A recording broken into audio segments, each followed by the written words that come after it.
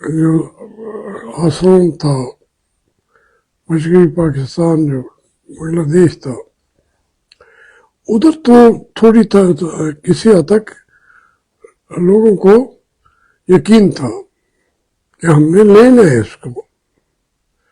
یہ ہم علیحدگی کی انہوں نے جنگ بہت پہلے شروع کی ہوئی تھی، ہم نے تو لینا ہے. تو ان کو تو یہاں تک بھی تھا کہ وہاں پہ وہاں پہ مسلم ہندو فسادات ہوئے، بے شمار لوگ مارے گئے. ان کا کچھ ہو بھی ہو، ہم نے یہ آپ کے ساتھ نہیں رہنا. ہم تو طے بھی نہیں کر پا رہے تھے نا. ہم سے مراد یہ ہے کہ صرف مسلم لیگ نے طے کیا 1940 میں، لیکن باقی جو ہے وہ اکثریت کی تو اس وقت ابھی تک نمائندہ نہیں تھی. تو اسی وجہ سے قائد اعظم نے تو پنجاب والوں کو بھی باقاعدہ آفر دی، سکھوں کو. تو ہو سکتا ہے ان کو ادھر جانے میں فائدہ ہوا ہو، لیکن زیادہ وہ ہم سے تاریخی طور پہ ہم یقین ان کو نہیں آتا تھا، اعتماد نہیں کرتے تھے کہ بھئی ہماری تو آپ سے جنگیں نہیں ہیں. تو اب اس میں احمد شاہ ابدالی اور اس سے پہلے اورنگزیب اور جنگیں، تو پھر ان کا رنجیت سنگھ کا ایک پورے پنجاب کا ملک ڈکلیئر کر دینا، اس کے اندر بھی زیادتی ہوئی اور ان سے بھی ہوئی. اب تو وہ کہتے ہیں یہ ملتان ڈویژن جو ہے یہ پنجاب کا حصہ نہیں ہے، اور پنڈی ڈویژن بھی پنجاب کا حصہ نہیں ہے. تو وہ سکھ جو تھے اس باقی حصے کو اپنا پنجاب سمجھتے تھے، ادھر والوں کو تو سمجھتے بھی نہیں تھے. تو یہ ایک طریقے کی بدقسمتی کی بات ہے، کیونکہ جو یہ تھا وہ سکھوں نے اس وقت تو ہریانہ کو بھی کہا کہ نہیں ہے ہمارے حصہ، پنڈی کو بھی نہیں ہے. تو وہ باقی کہتے تھے ہمیں مل جائے، لاہور مل جائے، فیصل آباد مل جائے، اور اللہ اللہ خیر صلاح، ہم تو بڑے آنند سے رہیں گے ہندوؤں کے ساتھ. تو کئی اسی کی تصویریں، نقشے بنائے جا رہے تھے. کچھ ہمارا یہ تھا کہ ہم پورے شمالی ہندوستان کا حصہ جو ہے وہ کوریڈور میں مل جائے گا، اور ہم بنگال تک ایک ہی ملک سیدھا ہو جائیں گے. تو وہ بھی پورا نہ ہوا. قائد اعظم نے جو خواب دیکھے تھے وہ اس کے مطابق تو انہوں نے نہیں دیا. تو پھر اب ہمیں ایک بالکل لولا لنگڑا جو ہے وہ ملک مل گیا. تو قائد اعظم پھر اس کے لیے مسلسل انہوں نے رات دن کام کیا. چٹاگانگ گئے، ڈھاکہ گئے، بنوں گئے، کوئٹہ گئے. اور ساتھ بدقسمتی یہ دیکھے نا کہ ساتھ میں اپنے فوج کے جرنیلوں کو سزائیں بھی دینی پڑی. غلام اپنا اکبر خان، جنرل اکبر خان کو ریٹائر کیا، ایوب خان کو سزا دی، ٹرانسفر کر دیا ایسٹ پاکستان میں، کیونکہ وہ انہوں نے بھی اپنے دان دکھانے شروع کر دیے قائد اعظم کو. پھر وہ قائد اعظم کا میں بار بار کہتا ہوں، بے شک اس کے اوپر 200 قسم کی وہ آپ بنا لے فورمز، ڈسکشن کرنا چاہیے قائد اعظم کو. لیکن وہاں پہ ہم ان کے اوپر اگر کوئی پی ایچ ڈی کرتا ہے تو وہ صرف قائد اعظم جی سور کھاتے تھے، مسلمان نہیں تھے، فلاں. یہ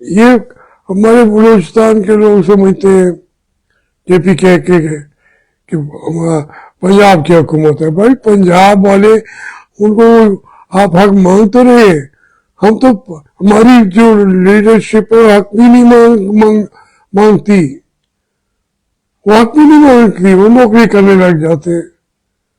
اور میں ان کی تقریر سن رہا ہوتا ہوں کہ یہ ہو جائے گا تو وہ کب ہو جائے گا. دیکھیے آپ کو یہ بات کرنی پڑے گی کہ جو اس ملک کے مالک ہیں عوام, ان کو اقتدار دینا پڑے گا, اور ان کے پاس ہی یہ وہ فیصلے جو کریں گے پھر پاکستان بچ جائے گا. ورنہ جو وہ اس کا وزیر دفاع باتیں کر رہا ہے کہ سندھ بھی ہمارا ہے, فلانا بھی ہمارا ہے, تو اب وہ تو کریں گے, کیوں نہیں کریں گے.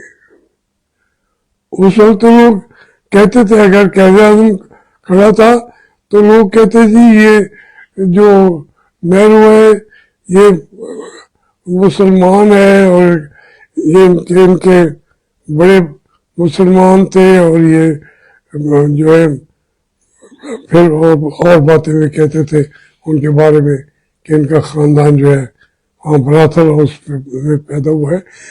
بات یہ ہے کہ لیڈرشپ اگر ہو اسٹینڈ لینے والی تو وہ پھر پورا نقشہ ہی بدل دیتے ہیں. قائد اعظم نے نقشہ بدلا پورا ان کی جو وہ سمجھتے تھے جو پاکستان انہوں نے مانگا جو چاہتے تھے وہ تو نہیں ملا, لیکن یہ پھر بھی ہمارے لیے ایک رہنے کی جگہ چھوڑ کے کہیں گے. اب اس کے اوپر اگر نوکر حکومتیں کریں گے تو وہ ملک نہیں. ہمارے ہاں بھی کہتے ہیں کہ جس گھر کے نوکری مالک بنے بیٹھے ہوں وہ گھر ڈوب جاتا ہے. لیکن ہم ایک بالکل نحیف سی کمزور سی کوششیں کرتے رہتے ہیں. عمران خان کی تو ایک اس کا عوام نے ساتھ بھی دیا ہے, آج تک اس کے ساتھ کھڑے ہیں. کچھ کہتا رہے, سہیل آفریدی ہوں یا ان کے دوسرے ہوں, وہ تمام ایک دوسرے سے الزامات باتیں کرتے رہیں گے, کوئی کسی پہ کوئی کسی کے. جو ہی عمران خان باہر آئے گا تو وہی تو تحریک انصاف ہے, ورنہ تحریک انصاف کو تو انہوں نے مار دیا تھا. تحریک انصاف بھی زندہ ہے اور عمران خان بھی زندہ ہے. یہ انشاءاللہ جو پاکستان 14 اگست کو آزاد کہتے ہیں ہوا تھا, وہ آزاد ہوتے ہی نوکروں کے قبضے میں آ گیا. اب پاکستان مل گیا, آزاد نہیں ہوا. یہ آزاد ہم نے کرانا ہے, اور انشاءاللہ اس میں جہاں تک عمران خان کا ہے مجھے نہیں پتا اس کی صحت کی کیا کنڈیشن ہے, لیکن وہ مر بھی جائے یقین ہے کہ وہ اپنا وہ جو اس کا اسٹینڈ ہے وہ کمپرومائز نہیں کرے گا. اور یہی اسی میں ہماری زندگی ہے. انشاءاللہ پاکستان آزاد ہوگا, ابھی تک آزاد ہوا نہیں ہے.